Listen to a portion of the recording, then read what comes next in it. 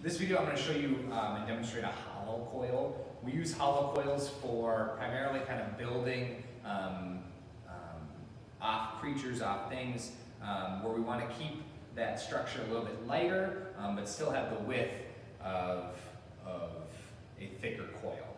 So what I like to start with is that kind of 1-inch dowel thickness, that purple dowel of a coil, and I like to cut it down to what you think that you need, which usually for me is about 6 inches. And from here, I like to kind of smooth out the edges. Right? So I'm here, I'm coming and I'm cutting these ends off so that they're completely kind of flat. From here, I'm going to take that blue kind of 1/4-inch dowel and I'm going to skewer this through the middle all the way until it pokes out the other side. Okay? Now to do this, I am not just going to start in the middle and then push this through. I'm going to be twisting and turning this dowel as I push all the way until it comes out the other side.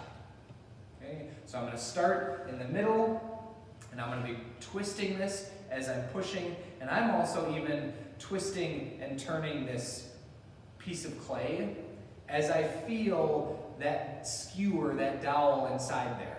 And because I can feel that dowel kind of move and I can adjust my piece of clay as I go through this.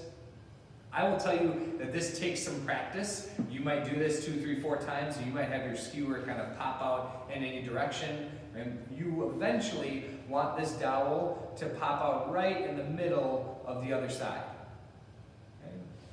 Now once I have this 1-inch wide coil skewered, what I'm going to do is I'm going to roll this, right? But I'm not really taking like a rolling pin and really just going to town on rolling this. I gently kind of push down on both sides, and I'm only putting pressure away from me, right? And really, I only want to ever do maybe 1.5 rotations. And then I'm picking this up and bringing it back towards me. And once I do that 1 or 2 times, I'm going to start to feel that there are areas in my hollow coil that are thinner and some that are thicker.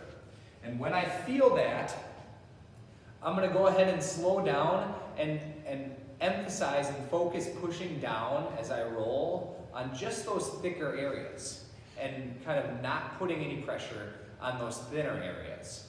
And the idea is that we want to have this coil be an even, consistent thickness around the edge, and we want that to be about 1/4 inch. Okay? So if I'm looking here, that same size as that dowel, we want our walls to be that thickness. Okay?